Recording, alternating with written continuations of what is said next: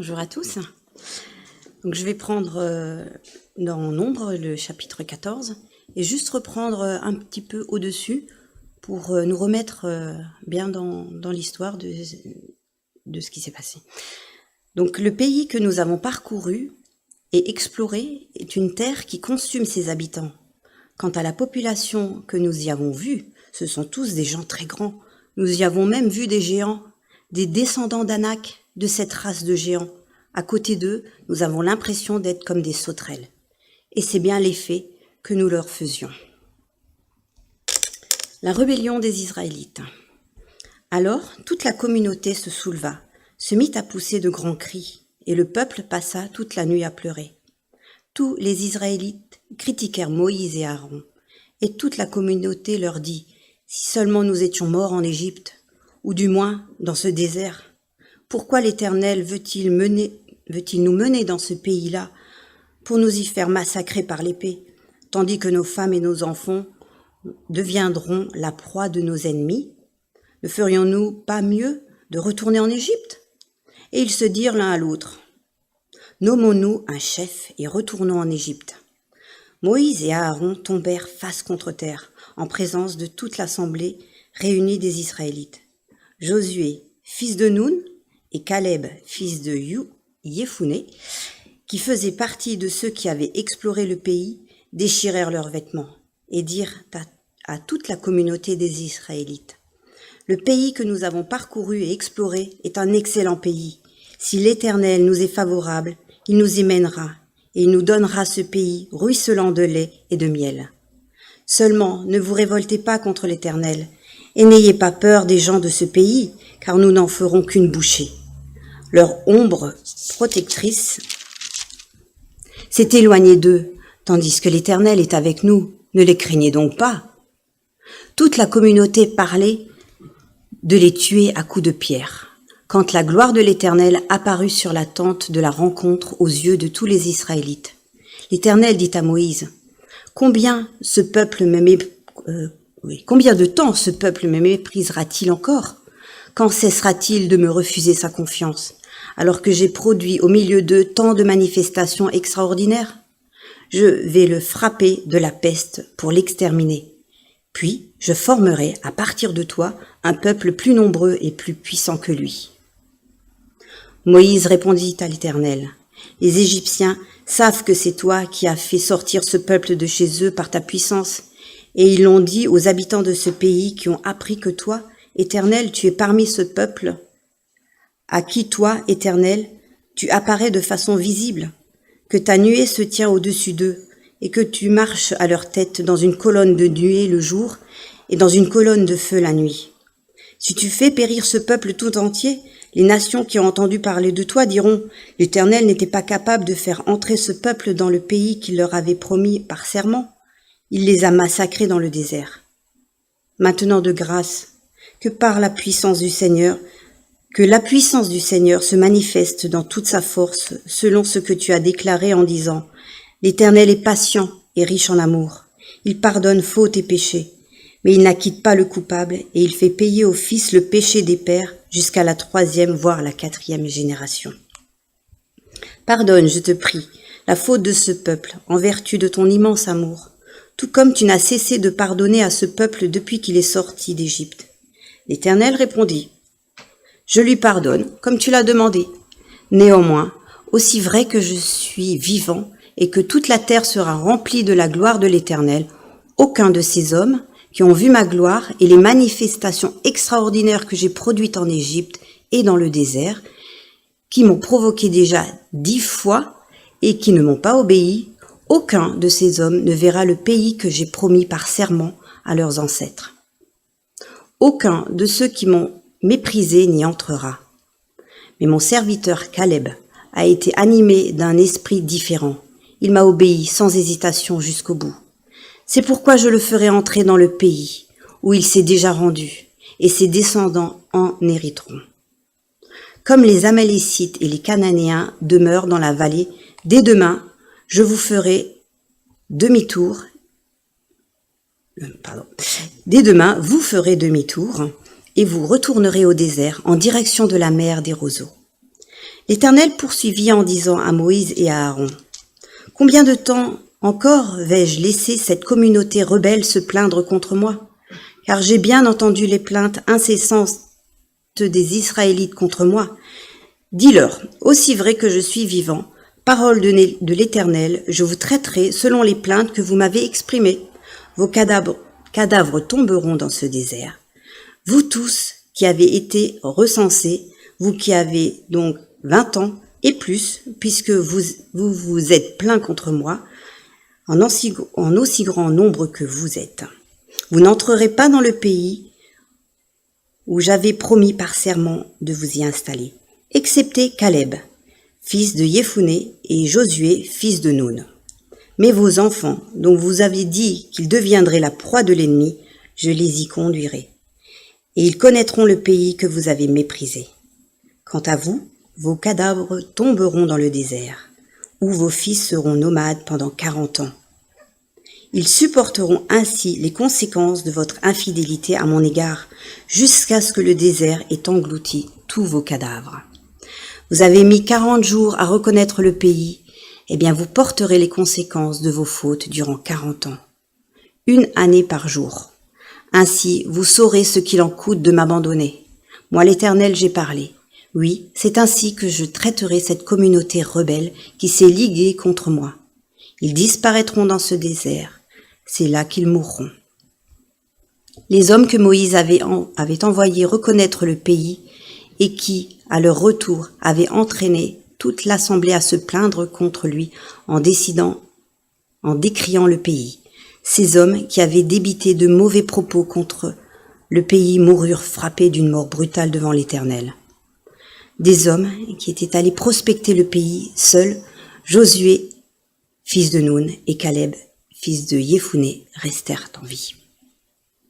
Quand Moïse rapporta ces paroles aux Israélites, le peuple se livra à de grandes lamentations. Le lendemain, ils se levèrent de bon matin et montèrent vers les hauteurs de la région montagneuse en disant « Nous avons péché, mais à présent, nous allons marcher vers le lieu dont l'Éternel a parlé. » Moïse leur déclara « Pourquoi passez-vous outre à ce qu'a dit l'Éternel? Vous allez au-devant d'un échec. N'y allez pas, car l'Éternel n'est pas au milieu de vous. N'allez donc pas vous faire battre par vos ennemis.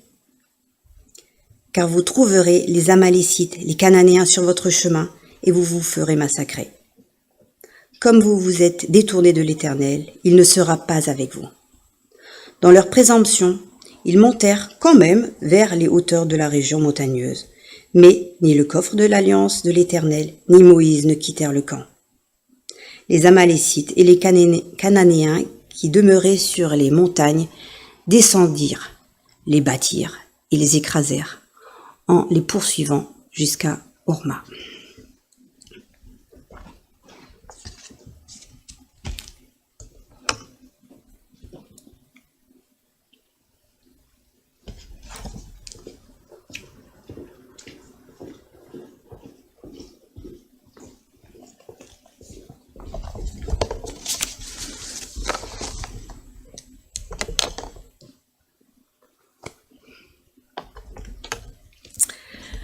Alors, merci beaucoup.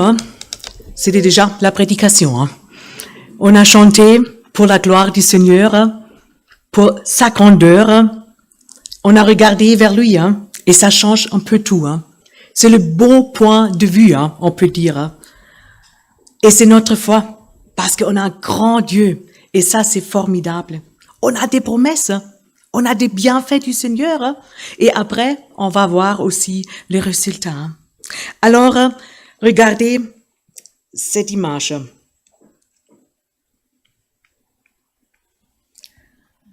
Qu'est-ce que vous voyez? Une vieille dame, d'accord. Ah, et une jeune femme aussi, Alors, qu'est-ce que vous voyez, Ah, d'accord. Alors, les deux, on ressent, On peut voir une jeune femme si on regarde plutôt vers là-haut, et si on regarde plutôt vers le bas, c'est une vieille femme. Alors, on voit la même image, mais on peut voir deux personnes. Alors, et c'est dans la vie, c'est comme ça aussi, hein. On peut vivre les mêmes choses, hein, mais on peut les interpréter d'une autre manière. Parce que, bon, on a nos sentiments, on a notre propre vie. Et pour ça, même, bon, si la police va interroger peut-être des personnes, hein, eux peuvent avoir différents témoignages aussi, hein, parce que, bon, on raconte pas seulement des choses différentes, mais on voit des choses différentes. Est-ce que cela vous rappelle à quelque chose? Bon, non? Ah ouais, bon, hein, je ne sais pas si vous étiez là la semaine dernière. Hein. C'était quand même hein, le 12 espions, hein, les 12 explorateurs hein, qui ont vu des choses différemment aussi. Hein, que, bon, il y a 10 parmi eux hein, qui ont vu des choses différentes que les autres. Hein. Seulement 2 ont dit, et c'était dans la lecture que Katia nous a lue, hein, dans Nombre 14, versets 7 et 8. Le pays que nous avons parcouru et exploré est un excellent pays. Si l'Éternel nous est favorable, il nous y mènera et il nous donnera ce pays ruisselant de lait et de miel. Alors, 2, ils ont vu de cette manière-là. Et 10 autres, ils ont dit, ah non, ça marche pas, hein, il y a des gens géants là-bas. Alors, non. Alors, qui a raison, hein? Est-ce que c'est seulement une question de la vue? La vue vers quoi ou vers qui? Et le 2, on dit dans le verset 9, seulement ne vous révoltez pas contre l'Éternel et n'ayez pas peur des gens de ce pays, car nous n'en ferons qu'une bouger. Le ombre protectrice s'est éloignée d'eux, tandis que l'Éternel est avec nous. Ne les craignez donc pas. Alors le regard des 2 est orienté vers Dieu. Alors, et en plus, vers ses promesses. Parce qu'il a dit, je vais vous donner ce pays. Alors, c'est une bonne perspective. Et je veux dire, les 2, ils ont même eu la meilleure perspective. C'est bien de regarder ce que Dieu peut faire. Parce que Dieu, il est avec nous. Et ça fait du bien. Dieu, il est avec nous, avec lui. Je peux faire des choses qui sont peut-être normalement pas possibles. Avec Dieu, je peux encore peut-être mieux déménager. Hein? Alors pour Isabelle, pour Lydie, pour d'autres aussi. Hein? Je peux arriver avec le Seigneur. Hein? Je ne veux pas regarder hein, vers des choses que je ne connais pas encore. Hein? Je ne veux pas avoir peur de ça. Non, parce que Dieu, il est avec moi. Et combien de fois le Seigneur a fait du bien à son peuple. Mon âme bénit l'Éternel et n'oublie aucun de ses bienfaits. Seigneur, oui, combien de fois tu m'as fait du bien et encore aujourd'hui, encore demain, tu vas être avec moi. Combien de fois Dieu a dirigé son peuple jusqu'à ce moment où ils sont devant le pays promis, hein? Le pays promis aux ancêtres. Et c'est bien de prendre ce pays en possession, parce que c'est la volonté de Dieu. Et avec lui, on n'a rien à craindre, ou le peuple n'a rien à craindre, parce qu'il est avec son peuple. Et c'est Dieu qui arrive à son but. C'est Dieu qui a toutes les capacités, toutes les forces et toute autorité. Alors, j'ai un Dieu assez grand, hein? C'est bien. Et pour ça, je veux de nouveau rappeler les bienfaits de Dieu dans ma vie. Et comment il m'a dirigé jusqu'à aujourd'hui, hein? Alors, vous voyez, hein, je fais toujours le mélange entre le texte et nous aujourd'hui, hein? Parce que le texte parle pour nous. Parce que nous avons un grand Dieu qui était, qui est et qui sera. Et chacun peut expérimenter vraiment la grandeur du Seigneur. Parce que Dieu s'occupe de ses enfants. Dieu veut leur bien. Dieu veut mon bien aussi. Hein. Et ça, je veux croire. Je veux dire, oui, Seigneur, merci. Et avec toi, j'ai rien à craindre parce que tu es avec moi. Merci, Seigneur. Tu as eu un plan pour ton peuple. Tu as un plan pour ma vie. Et tu m'accompagnes dans toutes les circonstances de ma vie. Et tu vas m'accompagner jusqu'à l'éternité. Hein? Et ça fait du bien. Alors, est-ce qu'il y a quelque chose qui peut être contre moi, contre nous, contre le peuple? On peut lire dans Romains 8, verset 31. Que dire de plus? Si Dieu est pour nous, qui se lèvera contre nous? Alors, il y a quelqu'un contre nous? On a peut-être l'impression. Mais il n'a pas une force. Non. Alors Dieu, il est plus fort. Dieu est pour nous. Alors les autres choses vont aller derrière. Et en plus, le peuple d'Israël a expérimenté ça aussi déjà. Dans l'Exode 14, 14, hein, si vous avez ça en tête, hein, les Égyptiens sont derrière le peuple. Et qu'est-ce que Moïse a dit au peuple? L'Éternel combattra pour vous. Et vous, tenez-vous tranquille. Alors, c'est l'Éternel qui combattra pour vous. Et moi, je peux être tranquille. Ça fait du bien. Je peux être tranquille. C'est pas nécessaire de me faire des soucis. Malheureusement, je le fais, hein. C'est humain. Mais avec le Seigneur, je n'ai pas besoin. Alors, Seigneur, aide-moi de mettre ça en pratique. Je veux pas avoir trop de doutes. Peut-être même pas le regard vers des autres opinions ou vers des obstacles qui peuvent troubler ma vue et ma vie aussi. Hein. Non, je veux regarder vers Jésus. Bien sûr, peut-être on a l'impression il y a des géants. Mais est-ce que ce sont vraiment des géants qui ne sont pas insurmontables avec le Seigneur? Si on a Dieu avec nous, hein, c'est incroyable. On a le plus fort avec nous. Hein. Pensons-nous à David, ce jeune homme qui était en face de Goliath. Il a vaincu avec une pierre et sa fronde Goliath parce que Dieu était avec lui. Alors, si Dieu est avec moi, j'ai tout. Hein. Ça fait du bien. Alors, qui est avec des Israélites?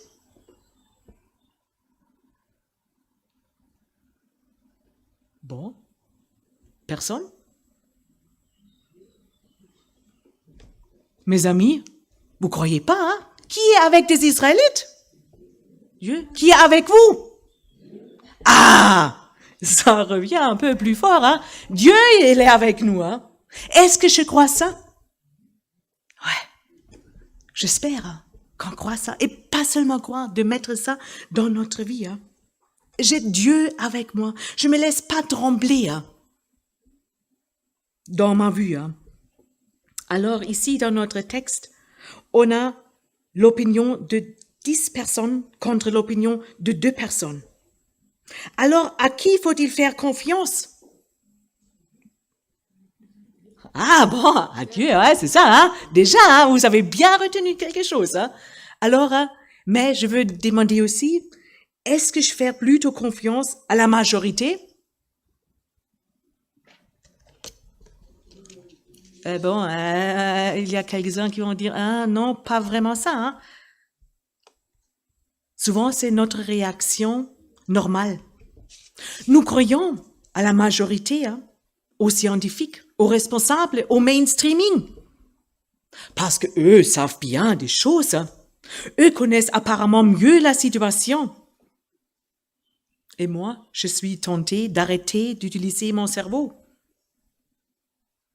ou de regarder ce que Dieu va me dire dans sa parole.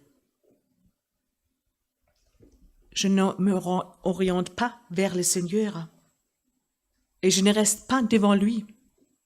Et comme quelqu'un m'a rappelé cette semaine, dans la jeûne et la prière, pour mieux faire connaissance de sa volonté.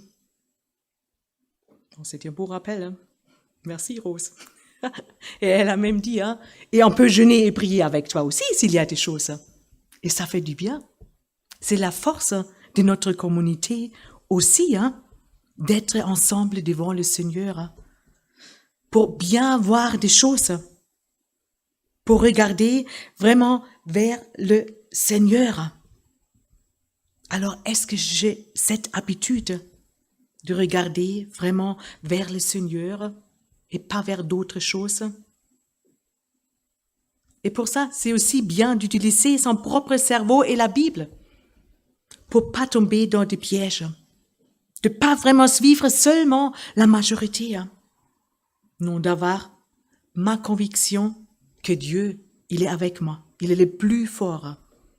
Dieu seul peut bien diriger ma vie, notre vie, la vie de notre Église, parce qu'il est le seul qui est juste, qui nous aime.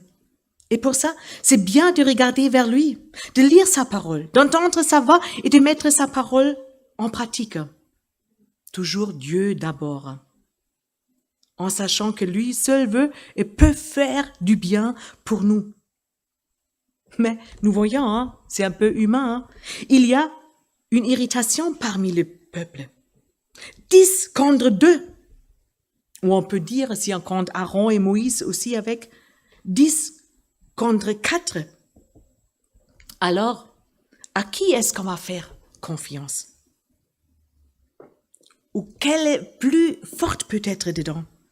Est-ce que c'est la frustration, comme on a entendu aussi la semaine dernière, l'incrédulité? Est-ce qu'on va se rebeller? Est-ce que c'est le murmure? Pourquoi c'est ça? Allez, on est frustré. Ce sont des réactions plutôt normales. Mais normales pour nous, des chrétiens. Bon, on peut dire nous sommes des humains. Alors, comme ça, on peut être frustré. Hein? On peut être dans la rébellion. On peut murmurer aussi. Hein? Mais Dieu nous encourage de faire d'autres choses. Parce que sinon, on se perd de temps en temps aussi, hein, dans notre état d'âme. Et cela peut nous bloquer, hein. La frustration, la rébellion, le murmure. Ça m'arrive de temps en temps, hein. Quelques heures, même peut-être pire, quelques jours. Hein. Je suis si frustrée. Et pourquoi? Parce que je regarde vers moi-même et pas vers le Seigneur. Seigneur, aie pitié de moi. Je peux seulement prier ça. Seigneur, aide-moi de changer mon regard vers toi. Et pour ça, ce texte peut nous encourager aussi, hein, de regarder vraiment vers le Seigneur, de ne pas se rouler dans notre propre sort. Bon, parce que le peuple a commencé à dire des choses un peu bizarres. Hein. Pourquoi l'Éternel veut-il nous mener dans ce pays-là pour nous y faire massacrer par l'épée, tandis que nos femmes et nos enfants deviendront la proie de nos ennemis? Ne ferions-nous pas mieux de retourner en Égypte? C'est quoi ça? Ils ont quitté l'Égypte parce que c'était l'esclavage là-bas. Ce n'était pas bien. Et en ce moment, ils disent, c'est mieux de retourner. Alors, mes amis, hein, on voit des choses en rose si on regarde en arrière. Oh là là, c'est quoi ça, Seigneur? Je veux regarder devant. Hein. Si seulement nous étions morts en Égypte, ou du moins dans ce désert.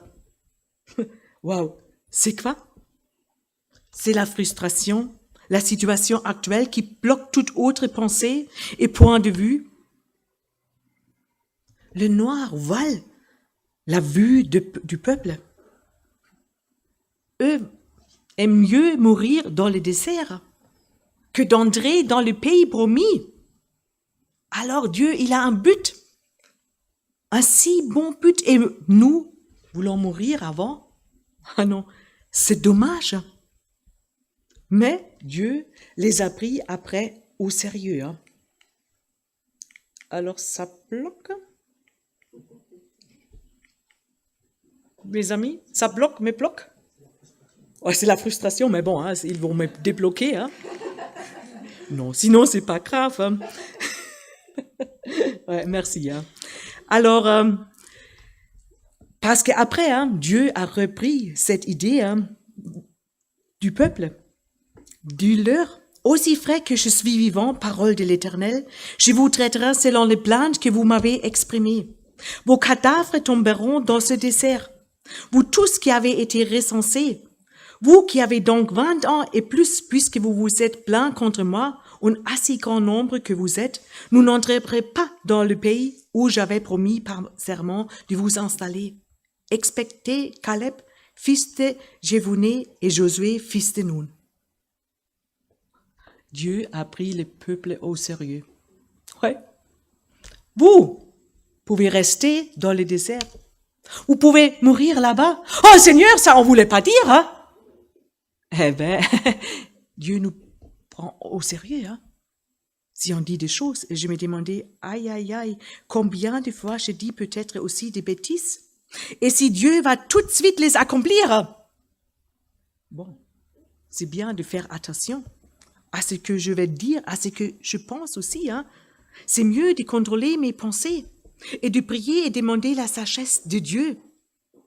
Vraiment de rester au contact avec lui, de rester accroché à lui pour pas dire et faire de bêtises. Alors c'est bien de regarder vers lui. Et en me préparer pour cette prédication, je me suis posé la question si les 10 se sont sentis coupables après, quand Dieu a annoncé le jugement, parce qu'ils ont dit des choses un peu pas bien sur le pays. Ils ont perdu vraiment la vue vers le Seigneur. Est-ce qu'ils se sont dit, mais c'était à cause de nous, hein, les gens ont cru ça? Mais non. Tout le monde a une responsabilité. Hein. Le peuple pouvait choisir à qui est-ce que je fais confiance? Est-ce que je fais confiance aux 10 ou à Caleb et Josué? À Dieu? Qu'est-ce que je préfère? Vers qui est-ce que je regarde? Alors, bon, le peuple est retourné pour 40 ans dans le désert. 40 ans pour réfléchir. 40 ans encore pour regarder vers le Seigneur, pour apprendre, Seigneur, je veux regarder vers toi. Je veux voir tes bienfaits. Je vais voir que ton plan est parfait. Dieu, il est juste. Dieu, il est bon. Et c'est bien de la mettre à la première place et d'avoir confiance en lui. Mais c'est Dieu juste. Il a donné quand même la punition. Même s'il est un Dieu plein de compassion et de grâce, lent à se mettre en colère et riche en amour et en fidélité. C'est la vérité, hein? Mais l'autre côté aussi, Dieu, il est le Dieu juste. Il n'aime pas le péché, hein, de le mettre à côté. Hein. Et pour ça, c'est toujours bien de voir Seigneur ou de dire Seigneur, aide-moi, de bien vivre des choses. Et Josué et Caleb ont cru à Dieu et ses capacités. Et eux pouvaient même voir et entrer dans le pays où il coule du miel et du lait. Le cœur était près de Dieu et leur vue était sur Dieu. Et ça les aide. Leur esprit était différent de celui des autres. Et ça fait du bien. Où est mon esprit? Est-ce que mon esprit est vraiment avec le Seigneur? Est-ce que mon esprit est dirigé par le Seigneur? Ou dans mon esprit, je suis plutôt la mainstreaming? Je regarde plutôt vers d'autres choses que vers Dieu? Où est mon esprit? Mon regard dans des situations difficiles? Je peux vous dire, hein, je parle d'abord à moi. Ça va être un défi pour la semaine prochaine. À quoi je regarde la semaine prochaine, hein? Plutôt vers des résultats, hein, des bulletins, des notes, parce que c'est la fin de l'année. Et on va dire, oh, bon, pour quelques-uns, ils vont dire, oh, super, et d'autres, bon, non. Je regarde vers le Seigneur, hein, qui nous accompagne. Même si on n'a pas 20 sur 20, c'est pas si grave, hein. Bon, je dis aux enfants, hein, parce que pour les parents, c'est peut-être un peu différent, hein, mais je n'étais pas si forte à l'école non plus, hein, mais j'ai réussi, hein, quand même, hein. Et ça, c'est bien aussi. C'est bien de regarder, hein, aux capacités, hein, que Dieu nous donne aussi, hein. Alors, où est-ce que je regarde? Bon, pour le peuple de l'époque, c'était difficile, hein. Ils étaient perdus, vraiment, dans ces événements. Et même, bon, toute la communauté se souleva, se mit à pousser des grands cris, et le peuple passa toute la nuit à pleurer, hein, parce qu'ils ont dit, on ne peut pas entrer dans ce pays-là. Et bien sûr, c'est fatigant. Si on va pleurer et crier toute une nuit, hein, de voir seulement les problèmes, hein. Le peuple était fatigué, hein. Et eux étaient perdus vraiment dans les problèmes. Ils ont vu des personnes du pays comme des géants, même si c'est peut-être pas seulement juste non plus. Bien sûr, c'était une grande taille, mais pas plus. En plus, c'est Dieu qui a dit, je vous donne le pays. Entrez. C'était seulement ça à faire, entrer dans le pays. Et on peut dire, oui, Seigneur, avec toi. Seigneur, je peux entrer, on peut entrer, hein, seulement avec toi. Seulement avec toi, je peux faire des choses, Seigneur.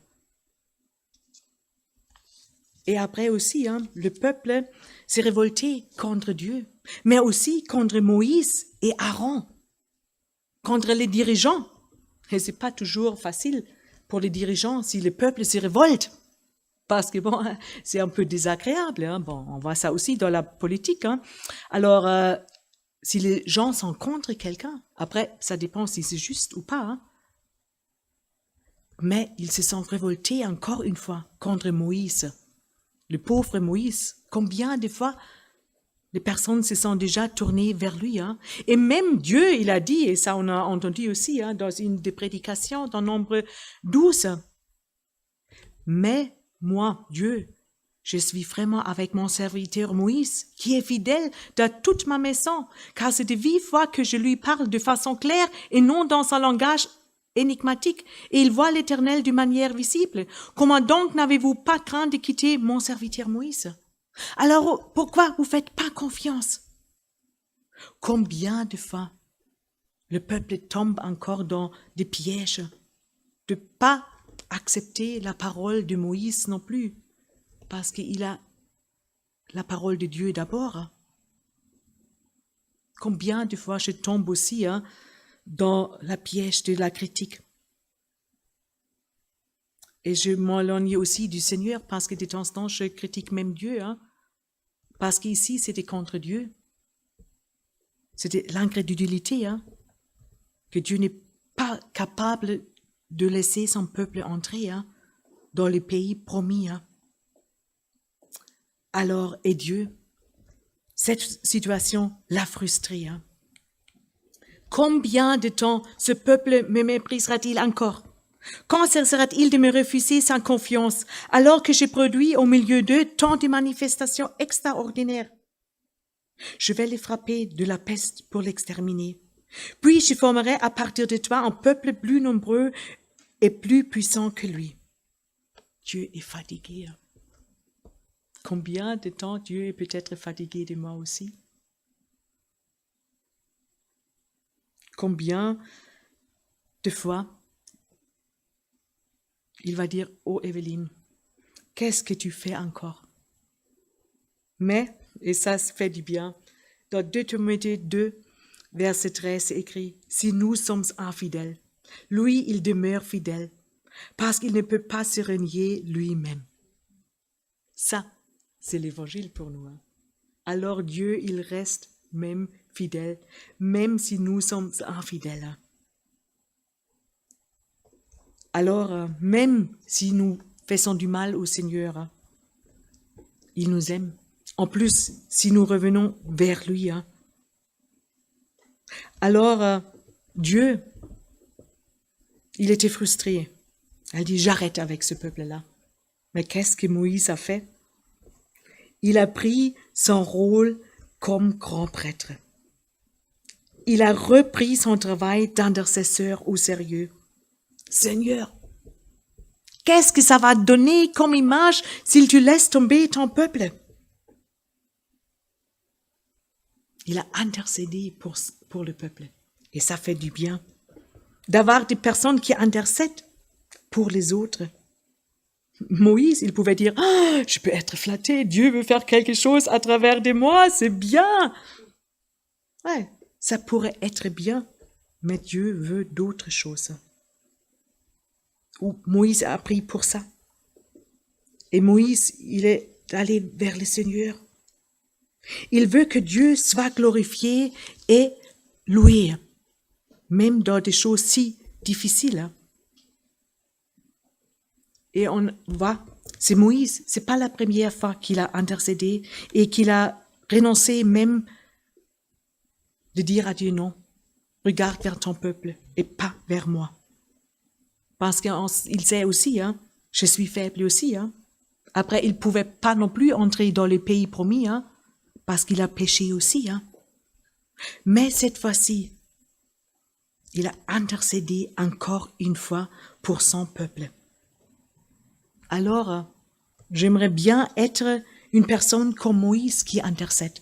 J'aimerais bien être une personne comme Josué et Caleb qui croient quand même au Seigneur qui est au-delà de tout.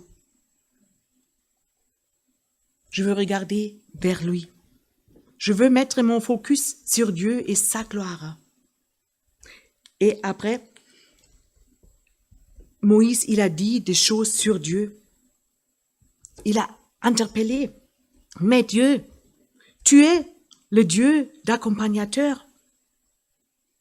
Tu es le Dieu des promesses, le Dieu de la grâce, le Dieu de la force, le Dieu patient, le Dieu d'amour, le Dieu qui pardonne, le Dieu juste. Seigneur, c'est toi, et tu veux laisser tomber ton peuple? Non. Dieu veut pas laisser tomber son peuple. Dieu veut rester ce qui est, qui il est. Il veut être l'accompagnateur. Il veut encore être ce Dieu qui donne ses promesses. Il est le Dieu de la grâce, le Dieu patient, le Dieu d'amour, le Dieu qui pardonne, le Dieu juste. C'est bien de connaître et d'avoir ce Dieu. Quel Dieu merveilleux je possède. C'est mon Dieu, mon accompagnateur. Je peux prendre ses promesses pour moi. C'est bien. Alors Dieu, il a entendu ce que Moïse a dit et il a répondu. Alors, je leur pardonne comme tu as demandé. Toute la terre va voir ma gloire. Mais les gens de 20 ans de plus de 20 ans ne voient pas le pays. Et vous faites demi-tour au désert. Mais je reste quand même le Dieu fidèle. Je suis là pour vous. Et ça, c'est bien. De suivre ce Dieu qui fait pareil pour nous, qui nous laisse vivre encore, même si nous sommes infidèles. Ça fait du bien. Alors, si moi, je vais voir mon incrédulité de temps en temps, mon impatience, mon manque d'amour, combien de temps Dieu va me mettre peut-être aussi dans le désert? 40 ans, le peuple était là-bas. Et si moi, je ne regarde pas vers le Seigneur, qu'est-ce qu'il va faire avec moi? Est-ce qu'il va me mettre aussi de temps en temps un peu à côté pour bien réfléchir? Je peux vous dire, J'ai eu un temps, c'était des temps très stressants. On a eu des grands rassemblements pour 5000 enfants, et ça m'a complètement stressée pendant une semaine. Et après, je suis tombée malade. Chaque fois, j'ai rattrapé la grippe. Mais après, chaque fois, Dieu m'a parlé, m'a mis sur le beau chemin aussi. Alors Dieu peut nous donner aussi peut-être ces moments-là pour réfléchir où on est. Mais dans toutes les circonstances, Dieu est avec nous. Et c'est toujours bien de regarder vers lui. Et pour ça, on peut dire peut-être comme c'est écrit dans Ésaïe, chaque matin, Dieu, il me réveille pour que j'écoute comme un beau disciple. Le Seigneur, Dieu m'ouvre l'oreille et je ne résiste pas, je ne recule pas. Je veux faire sa volonté, je veux regarder vers lui. Alors, je vais encore sauter un peu. Après, le peuple, est-ce qu'ils ont compris ce qu'ils ont fait? On a cru presque, oui. Ils ont dit, nous avons péché. Mais ils n'ont pas compris non plus, parce que cette fois-ci, le peuple voulait aller dans le pays promis, de prendre le pays en possession. Mais Dieu a décidé déjà d'autres choses. Non. Vous y vont pas. Parce que moi, je ne suis pas avec vous. Et c'était un grand désastre. Ils se sont éloignés du Seigneur. Alors, est-ce que moi, je reste vraiment près du Seigneur? Moi, j'aime bien être avec le Seigneur, d'avoir lui en tête, de vivre chaque instant de ma vie avec lui pour sa gloire, en l'écoutant, en l'obéissant. Que Dieu nous aide vraiment les semaines prochaines de regarder vers lui, de vivre avec lui, de l'écouter, de l'obéir.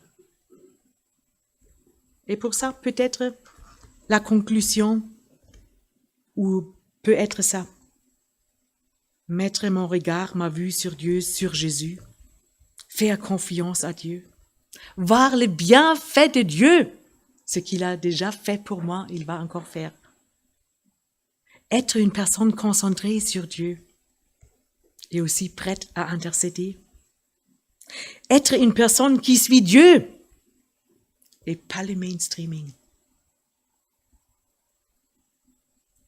Que Dieu nous aide de mettre ça en pratique. Amen. On va prendre un petit moment pour rester devant notre Seigneur.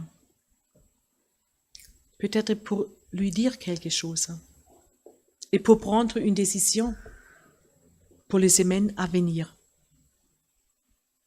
Après, je vais finir ce temps avec une prière et le groupe de louanges va nous amener encore dans la louange. Prenez un moment de silence devant le Seigneur.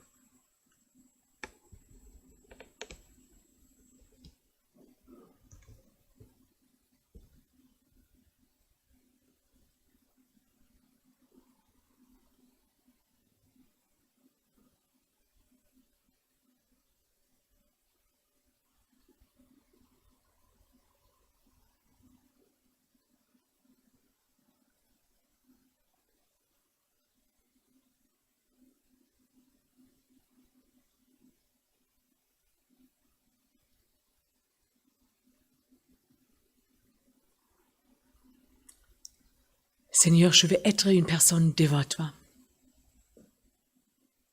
Je veux regarder vers toi dans toutes les situations parce que je sais, tu es le meilleur. Tu m'aimes. Tu es là pour moi. Tu me donnes tes promesses. Combien de fois je pouvais déjà voir tes bienfaits, Seigneur. Et encore une fois, ou plusieurs fois, je peux voir tes bienfaits, Seigneur. Nous pouvons voir tes bienfaits et on peut raconter tes bienfaits. Et même si on perd peut-être la vue vers toi, Seigneur, on peut s'encourager mutuellement de regarder vers toi. Aide-nous de vivre ensemble devant toi, autant que communauté, de se laisser diriger par toi, par ta parole. Seigneur, on a besoin de toi. Et Seigneur, tu es là pour nous. Tu es là ce matin pour chaque personne ici présente ou devant l'écran. Et c'est toi qui vas bénir chaque personne. Tu vois des situations qui sont peut-être difficiles, mais tu es dedans. Tu accompagnes. Merci Seigneur pour ces promesses. Merci Seigneur pour qui tu es pour nous. Merci. Amen.